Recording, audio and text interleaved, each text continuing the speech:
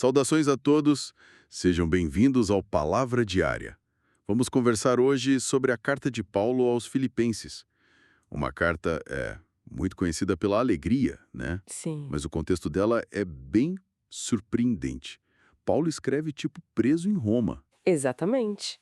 Prisão domiciliar ali por volta dos anos 60, 62 depois de Cristo, e não era qualquer prisão, ele estava sob vigilância da guarda pretoriana, imagina. Nossa, e mesmo assim o tom é de alegria, de regozijo, como pode? Pois é. E essa igreja de Filipos era muito especial para ele. Uma colônia romana importante lá na Macedônia.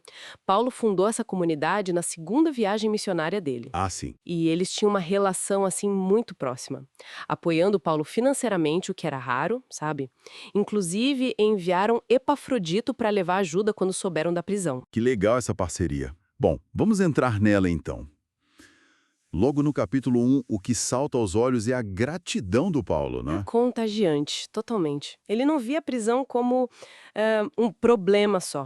Pelo contrário, ele dizia que aquilo estava, na verdade, ajudando o evangelho a avançar. Ajudando? Uhum. Como assim, preso? Ele fala que as correntes dele ficaram conhecidas por toda a guarda pretoriana. Isso deu coragem para outros cristãos pregarem mais abertamente, sem medo. Que perspectiva. E aí vem aquela frase fortíssima, porque para mim, o viver é Cristo e o morrer é lucro. Viver era continuar o trabalho de Cristo aqui. Morrer era ir estar com Ele. O foco era total nele. Uau. Por isso ele chama os filipenses a viverem de um jeito digno do evangelho, sabe? Unidos, firmes, mesmo com perseguição em volta. E essa ideia de unidade, de viver para Cristo, leva direto para o capítulo 2. Tem aquele hino famoso, né? Versículos 5 a 11. Ah, sim, o hino a Cristo. Uma joia mesmo. Descreve a humildade dele de uma forma incrível. Fala um pouco mais sobre isso. Bem, o hino mostra que Jesus, mesmo sendo Deus, ele não se agarrou a isso, sabe? Ele se esvaziou, virou servo, se fez humano Mano, e obedeceu até o fim, até a morte. E morte de cruz, que era a mais humilhante possível naquela época. E por causa dessa obediência toda, Deus o exaltou acima de tudo. que exemplo. E é esse exemplo que Paulo usa para falar da igreja. Exatamente. Ele usa esse modelo de humildade para tratar das tensões que existiam lá.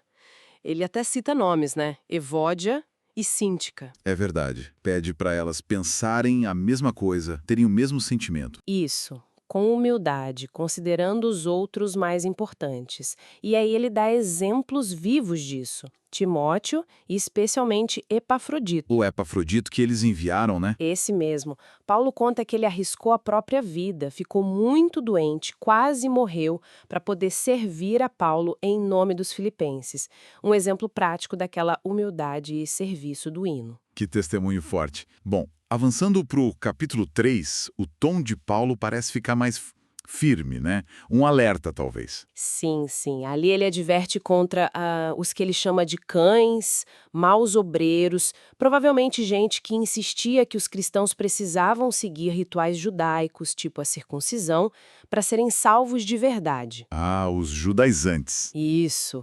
Eles confiavam nessas coisas externas, na lei, e Paulo contrasta isso com a própria história dele. Como ele faz isso? Ele lista tudo que ele era antes, sabe? Circuncidado no 8º dia, israelita puro, fariseu, superzeloso, irrepreensível segundo a lei, credenciais impecáveis no judaísmo. Impressionante. Mas aí ele diz que considera tudo isso como lixo, como perda comparado a conhecer Cristo Jesus.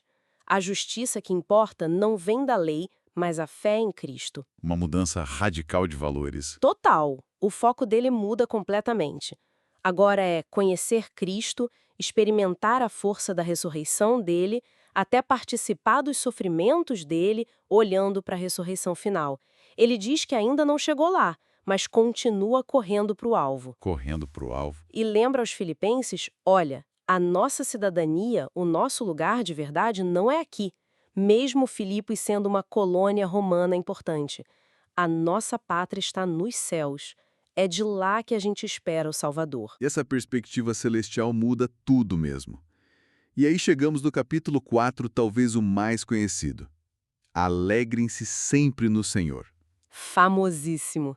E ele ensina como viver essa alegria, né? Não é só um sentimento. Ele conecta com a oração. Como assim? Ele diz: não fiquem ansiosos com nada, em vez disso, orem, apresentem tudo a Deus, com pedidos e, importante, com ações de graças. E o resultado? A paz de Deus. Isso, aquela paz que vai além do que a gente consegue entender e que guarda o coração e a mente em Cristo.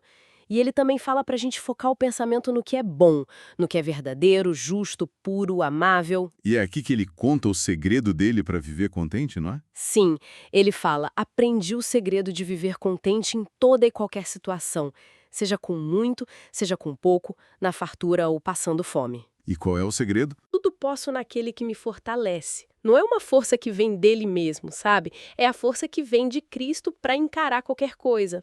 Aí ele agradece de novo o presente que os filipenses mandaram, chama de sacrifício agradável a Deus e garante que Deus vai suprir todas as necessidades deles também. Que confiança. E as saudações finais são interessantes, ele menciona até os da casa de César. Mostra como o evangelho estava chegando longe, até dentro do palácio do imperador. Incrível. Então, resumindo, a carta aos Filipenses é um guia prático de como ter alegria, gratidão, perseverança, tudo baseado em Cristo, mesmo quando tudo parece difícil. É sobre humildade, unidade, contentamento e a esperança que o Evangelho traz. Assim conhecemos a carta de Paulo aos Filipenses. Que carta interessante!